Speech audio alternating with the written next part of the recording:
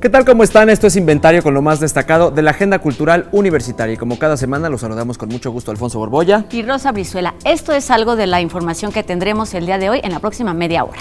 Especialistas de diversos países se reúnen para analizar el tema de la bioética desde distintas perspectivas. El ser humano es parte del proceso evolutivo y tiene una obligación ética y moral hacia la naturaleza. Así lo comenta José Sarucán en el marco de la exposición Darwin, apto para todas las especies. Margot Glantz va al rescate de sus memorias en el libro Yo también me acuerdo. Obra de Matías Geritz, Manuel Felgueres y Federico Silva, reunida en la nueva etapa del ciclo Museo Expuesto en Tlatelolco. 90% de las especies que habitan en el país forman parte de la colección de mamíferos en la UNAM. Isla de Bobos es el nuevo título de Ana García Bergua, quien estará con nosotros en el estudio para platicar sobre esta novela histórica. Esto y más en esta edición de Inventario. Y vamos a comenzar con la escritora Rosa Beltrán, titular de la Dirección de Literatura de la UNAM, quien hace unos días fue elegida por unanimidad miembro de número de la Academia Mexicana de la Lengua. Rosa Beltrán, que será la quinta ocupante de la silla número 36, comentó que la eligen como escritora y no como especialista en filología.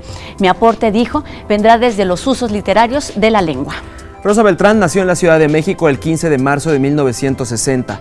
Estudió la licenciatura de Lengua y Literatura Hispánicas en la UNAM y es doctora en Literatura Comparada por la Universidad de California. Pues nuestras felicitaciones a la escritora y directora de Literatura de la UNAM, Rosa Beltrán. Exactamente. Vamos ahora al 12º Congreso Mundial de Bioética que en estos días se está llevando a cabo en la Ciudad de México. Especialistas y autoridades de todo el mundo analizan los avances y retos de la bioética vinculada a la salud, al medio ambiente y a la justicia social, entre otros temas. Este encuentro, en el que participan investigadores de la UNAM, dio inicio en la 10ª Cumbre Global de Comisiones Nacionales de Ética y Bioética, y enseguida tenemos un resumen de lo que ha sucedido en este foro mundial.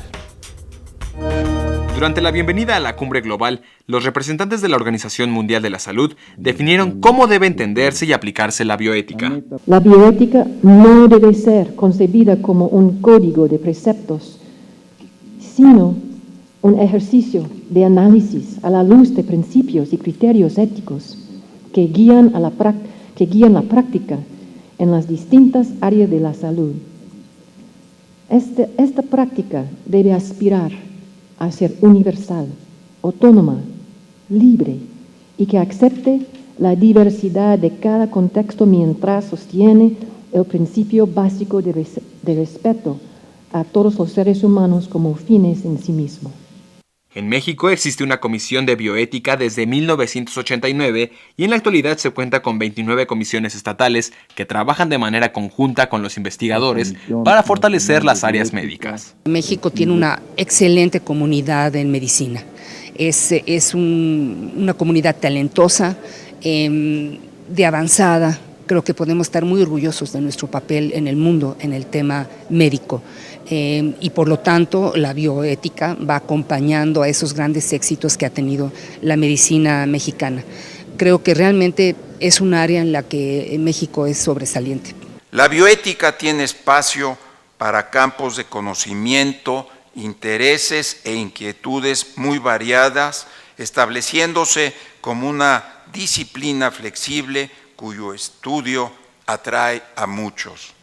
Debemos ser conscientes de sus grandes logros, incluso cuando debatimos y estudiamos acerca de los diversos enfoques y de su relación con la sociedad. Mis mejores deseos para que los expertos congresistas que asisten a este evento aporten este conocimiento y práctica mundial de la bioética. La bioética busca formular nuevos principios que permitan estudiar la conducta del ser humano en las ciencias, la vida y la salud. Este congreso se celebra cada 2 años y el siguiente se llevará a cabo en Alemania en el 2016. Algunos de los participantes en el Congreso Internacional de Bioética nos ofrecieron su punto de vista sobre este tema que resulta de vital importancia en la actualidad. La salud es un concepto más amplio que la atención a la salud y existen los dos derechos, un derecho de igualdad de acceso a todos los determinantes sociales de la salud para que toda persona alcance el máximo que biológicamente es alcanzable, o sea, que evitemos muertes evitables, que evitemos enfermedad evitable, ese derecho que está consagrado en la Constitución de la Organización Mundial de la Salud al máximo nivel alcanzable de salud. Todo sistema de salud refleja una serie de valores. El punto es que la mayor parte de las veces cuando hay propuestas de reforma no hacemos esos valores explícitos. Y lo que nosotros hicimos y lo que yo propongo en mi conferencia es que hay que hacer ese marco ético explícito.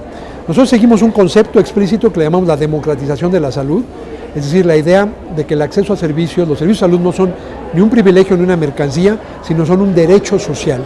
La característica de la bioética con respecto a otras disciplinas es que no se puede exigir un método de los tradicionales, que sea en matemática hay el método deductivo, dan axiomas, teoremas, se deducen. Yo creo que hoy estamos en la condición de decir la bioética típicamente adopta el método interdisciplinar.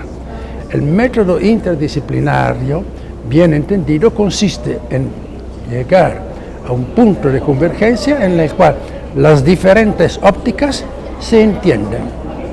Por eso la bioética tiene su método, el método interdisciplinario, que repito, no es fácil y que permite de tratar muchísimas cuestiones que al final de la cuenta en general desbocan en opciones prácticas, ¿no? Hay que hacer una cierta cosa, hay que no hacer cierta otra cosa.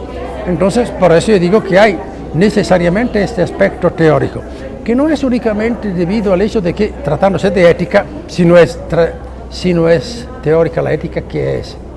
No, también porque el método mismo requiere una fuerza de síntesis intelectual que es parte de la teoría. Como parte de las actividades de la exposición Darwin apto para todas las especies que se presenta en el antiguo Colegio de San Ildefonso, el doctor José Sarucán dio una conferencia magistral sobre el pensamiento que cimbró al mundo. Estas son algunas de sus reflexiones sobre la teoría de Charles Darwin. Con el anfiteatro Simón Bolívar repleto, el doctor José Sarucán compartió un análisis de la historia que llevó al naturalista Charles Darwin a estudiar y postular la teoría evolutiva y de selección natural. Según el exrector de la universidad, el pensamiento de Darwin, además de ofrecer un gran aporte a la historia de la ciencia, tiene otras implicaciones. Si entendemos que somos parte de ese proceso evolutivo, que hemos salido de ecosistemas que han existido en el pasado y que existen ahora, tendríamos una obligación moral realmente enorme, ética enormemente grande, en relación a ese contexto natural del que hemos venido. Este análisis nos habla de la necesidad que existe por llevar a cabo acciones para mantener la cadena evolutiva de la que formamos parte. Las religiones hablan de manera muy abstracta, algunas de ellas del amor al prójimo y el cuidado al prójimo, y no le hagas al prójimo lo que no quieres que te hagan. Pero se vuelve una cosa, yo creo que muy desenchufada. Yo creo que el pensamiento darwiniano y la evolución y el origen de donde venimos, si lo entendemos, nos dan un contexto mucho más, yo diría mucho más inteligente, mucho más sensato. Pero estemos claros, la religión es una cuestión basada en dogmas, en fe, en creencias, aunque uno no entienda por qué son algunas cosas como son, simplemente porque se las dijeron, uno las tiene que asumir. Y la ciencia está basada en hechos repetibles, comprobables, experimentables, y bueno, hay un abismo entre las dos cosas, ¿no? Que la universidad hace lo que tiene que estar haciendo, es abrir su casa a todas las formas de pensamiento, a todos los productos de la creatividad humana, del pensamiento humano universal, y este es uno evidentemente muy importante. Con mensajes cortos, muy similares al tuit, la escritora Margot Glantz construyó una autobiografía de manera libre y divertida bajo el título Yo también me acuerdo, una edición de Sexto Piso. Al igual que otros escritores como George Perec y Joe Reinhardt, Margot Glantz evoca su vida en un collage de recuerdos armados en pequeños párrafos que inician con la frase «Me acuerdo». Acompañada de colegas y amigos, la escritora Margot Glantz presentó su más reciente publicación titulada Yo también me acuerdo, una autobiografía construida con fragmentos literarios en los que comparte momentos de su vida, su infancia, sus pasiones, sus viajes, sus gustos musicales y literarios. Amplificados por la forma literaria están la hija que juega, la niña que huye, la hermana, la exiliada, la estudiante, la pianista, la académica, la traductora, la esposa, la madre, la escritora, la flanera, la viajera, la celadita, la cocinera, la estudiosa, la sorbonista. A manera de homenaje, el libro está escrito bajo la influencia de los escritores George Perec y Joe Brainard, quienes iniciaron todos sus párrafos con la frase «me acuerdo», un ejercicio de asociación de ideas que puede pasar de un tema a otro en cada texto. Era crear un tipo de libro de escritura abierta, pero donde yo pudiera manejar una continuidad poco aparente, pero que era hilvanada a partir de ciertos textos, en donde la repetición no es casual, sino voluntaria. Yo quería que ciertos textos volvieran a aparecer porque eran cosas que me importaban muchísimo. Entonces, y por otro lado, aunque Perec y Brenner y Max etcétera están ahí, el libro es mío. Bueno. En este libro, Margot abre las puertas a sus recuerdos personales, a su pensamiento y todo el universo que ha descubierto a lo largo de sus 84 años de vida. Me acuerdo que este libro puede funcionar a manera de obituario.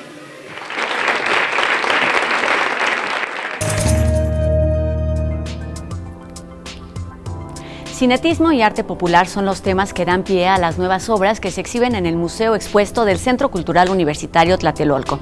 El arte popular de la serie Diablero dialoga con las piezas de Adolfo Patiño, Matías Geritz, Manuel Felgueres y Federico Silva, entre otros representantes del arte moderno.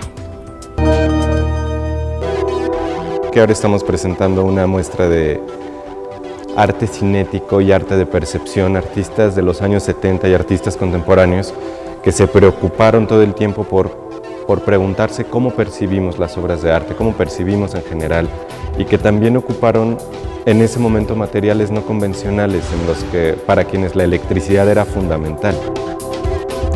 Objetos y figuras abstractas que representan la fuerza del arte moderno conviven y dialogan con impresionantes máscaras artesanales en la sala de historia. Y ahora estamos dándole un vuelco total a presentar unos grabados de Arnulfo Aquino de máscaras frente a máscaras de arte popular que hacen parte de la colección del anterior MUCA y ahora del MUAC. Desde el inicio quisimos hacer esta rotación, confrontación entre arte popular o eso que llamamos arte popular y eso que llamamos arte moderno, porque de alguna u otra forma es también una ficción, y sí lo recalcamos, es una ficción muy elitista, separar estas obras de grandes artistas como individuos y estas obras anónimas creadas como por el pueblo o por comunidades casi fantásticas, ¿no? Cinetismo y arte popular en Museo Expuesto también presenta nuevas piezas fotográficas. En la sección de laboratorio se ofrecerán proyecciones y conciertos durante el periodo vacacional. En algún punto del Océano Pacífico, muy cerca de las costas de Michoacán, se encuentra una isla, la isla de Clipperton, que también es conocida como la Isla de la Pasión. Historias sorprendentes han pasado ahí, pero también son un poco desconocidas, y una de esas historias nos las viene a contar Ana García Berúa, quien está con nosotros para platicarnos de la reedición de Isla de Bobos. Ana, bienvenida. Muchas gracias. Oye, platícanos primero rápido sobre esta isla de Clipperton, que creo que pocos conocemos su historia. Esta isla de Clipperton, pues yo no sé si llamarla isla, es un anillo de piedras, ¿no? Muy impresionante. Si ves las fotos así de lejos, parece un castillo de novela gótica, medio inalcanzable. Lo que pasa es que esta isla, a principios del siglo pasado, estuvo en disputa por su carácter un poco estratégico, porque fuera de eso no tiene nada, ¿no? Digamos, hay pájaros bobos, como los del libro. Y esta isla se la disputaban México, porque está muy cerca de sus costas, de su mar territorial, Estados Unidos, que extraía el guano de estos pájaros para fertilizantes, Francia e Inglaterra. Y Porfirio Díaz, yo creo que para dar largas al asunto, estableció un laudo internacional que duró muchísimos años. Y al final la isla resultó, el rey de Italia se la dio a los franceses. Pero, perdón. No sé, ¿cómo llegaste a no a esta isla, sino a este tema y la historia que nos cuentas en Isla de Bobos? Pues yo trabajaba en la editorial Clio, que iban a realizar un documental, y yo estaba trabajando junto con los investigadores, los historiadores, y colaboré recabando materiales, documentos y tal, y después no se realizó el proyecto y parte de la investigación se me quedó en mi computadora.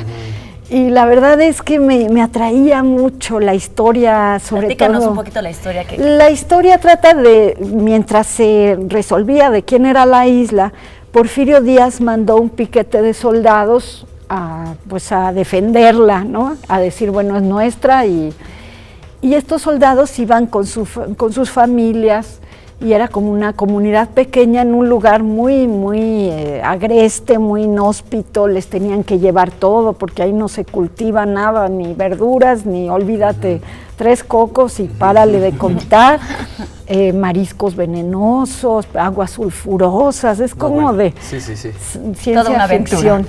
Es mitad realidad, o sea, es un poco realidad y un poco ficción. ¿Qué aprovechas de la realidad y qué aprovechas de la ficción para decir lo que quieres decir con esta historia? Pues es una historia tan rica, tan llena de cosas que pasan que son verdaderamente inverosímiles, pero fueron ciertas, que una parte de lo que a mí me interesó era cómo contar la historia, cómo se contaba la historia. Bueno, para contarlo rápido, estalla la revolución y estos soldados quedan aislados en la isla. Y bueno, pues suceden toda una serie de dramas y de tragedias, ¿no? Cuando la gente pues está sin acceso a ningún tipo de alimento ni auxilio. Y pasaban tantas cosas que hay narrativa periodística de Clipperton, hay novelas de Clipperton, unas muy locas, otras documentales, otras periodísticas, y por otro lado están todos los documentos, los documentos del archivo militar de estos soldados a los que yo pues gracias a mi trabajo pude tener acceso. Estaban las cartas de la viuda del militar que fue rescatada y cómo pedía su pensión, y entonces yo pensé, hay una historia que se cuenta mucho de Clipperton, que es la del negro. No la vamos a contar aquí para que el auditorio se pique. Exacto. Y la compre. Vaya por esa reedición, Isla de Bobos, de Editorial ¿Ya la podemos encontrar en cualquier lado? En cualquier lado. Muy bien. Ana, muchísimas gracias por estar con nosotros. Gracias. Muchas gracias por venir. ¿Con qué seguimos, Poncho? La obra psicodélica del artista mexicano José Luis Sánchez Rull se exhibe en el Museo Universitario del Chopo. La muestra, titulada Cementerio Radioactivo, los humanos matan, la carne habla, pretende generar una reflexión sobre la cultura de masas.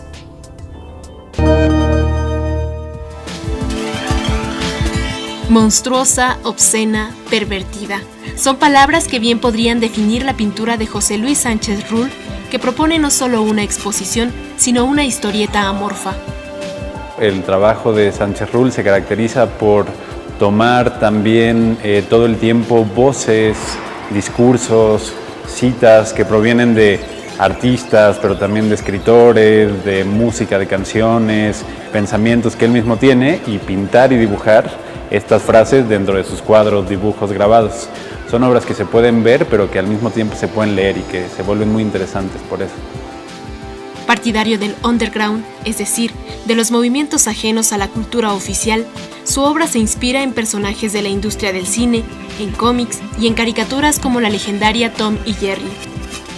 Él retoma estas imágenes, pero para hablar de temas como el sexo, la muerte, lo visceral, ¿no? La putrefacción del cuerpo. Una mezcla provocadora e irreverente de palabras, imágenes y colores que pretende representar el lado oscuro de la cultura de masas. Lo rico de las obras es que más bien cada quien las puede leer pues como quiera, y se crea esta cacofonía que tiene múltiples significados, ¿no? No tiene un significado unívoco, y justamente lo rico es que el espectador se acerque y le dé un significado propio a partir de su propia experiencia, de su propia construcción cultural. Cementerio radioactivo, los humanos matan, la carne habla, invita a visitar los personajes monstruosos de esta exposición que permanecerá hasta julio en el Museo Universitario del Chopo.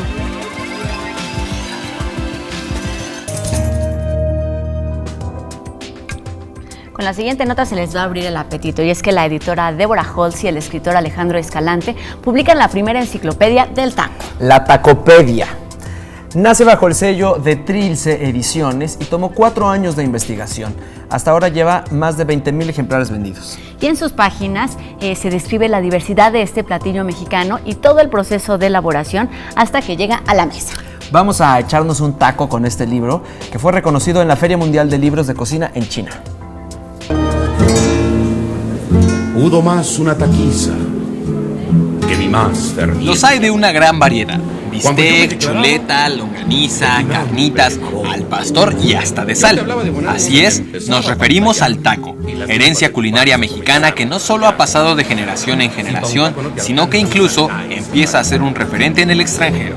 En México no se lee, pero sí se comen tacos. Entonces, he ahí la feliz combinación de un libro que se llama La Tacopedia y que además está profusamente investigado, no solo a nivel de texto, sino también gráficamente.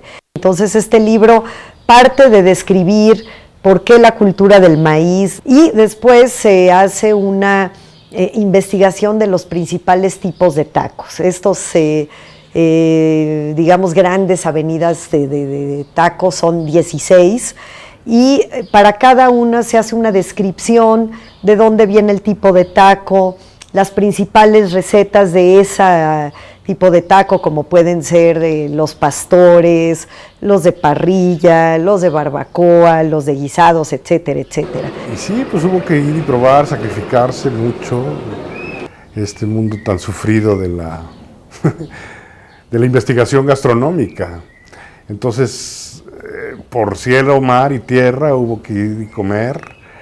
Estuvimos en la mayoría de los estados haciendo la investigación, comiendo todo tipo de tacos para poder escribir pues, más de 400 páginas, ¿no? 500 páginas casi que son la Tacopedia. La Tacopedia incluye una tacografía que da cuenta de la variedad del taco en las distintas regiones del país. Toda esta combinación muy obsesiva, hay que decirlo, pero muy divertida, da por resultado el primer gran homenaje a nuestra bandera nacional, que desde luego es el taco. Este acervo de referencias al platillo más tradicional de México fue reconocido en la Feria Mundial de Libros de Cocina en China con el Gourmand World Cookbook Awards en 2013 por su importante valor gráfico y documental. Tú le entrabas a los de ojo, tripa gorda y corazón. La colección de mamíferos de la UNAM es una de las más importantes de México y de América Latina.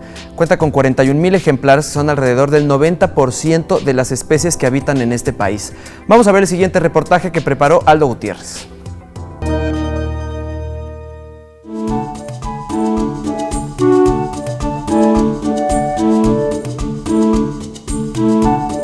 La colección de mamíferos de la UNAM es una de las más grandes e importantes de México y América Latina. Con 41,000 ejemplares, esta colección abarca alrededor del 90% de estas especies que habitan en el país. Aquí en esta colección se mantienen las llamadas evidencias de la biodiversidad en cuanto a mamíferos respecta. Como el propósito principal de esta colección es tener el inventario de los mamíferos silvestres de México, esto es como un recurso animal renovable, entonces aquí nuestro principal trabajo es que en esta colección podamos dotarla y podamos tener representadas las evidencias que sustentan a este inventario. Aquí conservamos muestras de pieles de mamíferos, muestras de partes óseas como esqueleto, como cráneos, dientes sobre todo, porque en los mamíferos es muy importante la información ecológica y evolutiva que proporcionan los dientes en los mamíferos. nosotros nos interesa tener el registro de esa especie.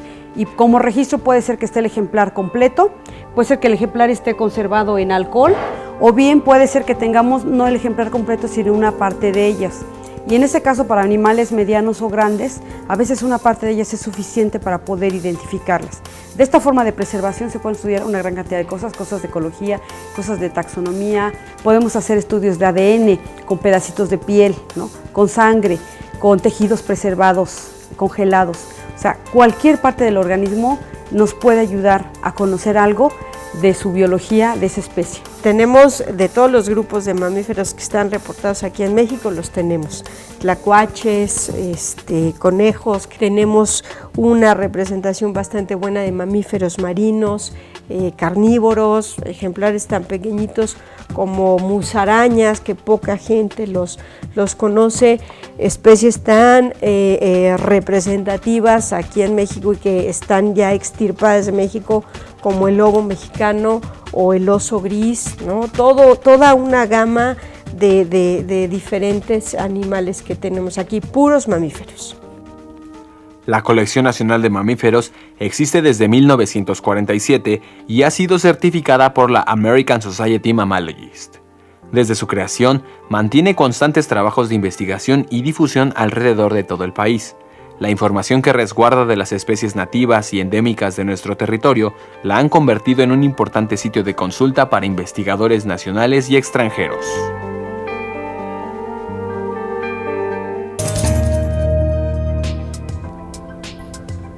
Esto es todo en el inventario del día de hoy. Nosotros los esperamos aquí la próxima semana. Adiós. Chao.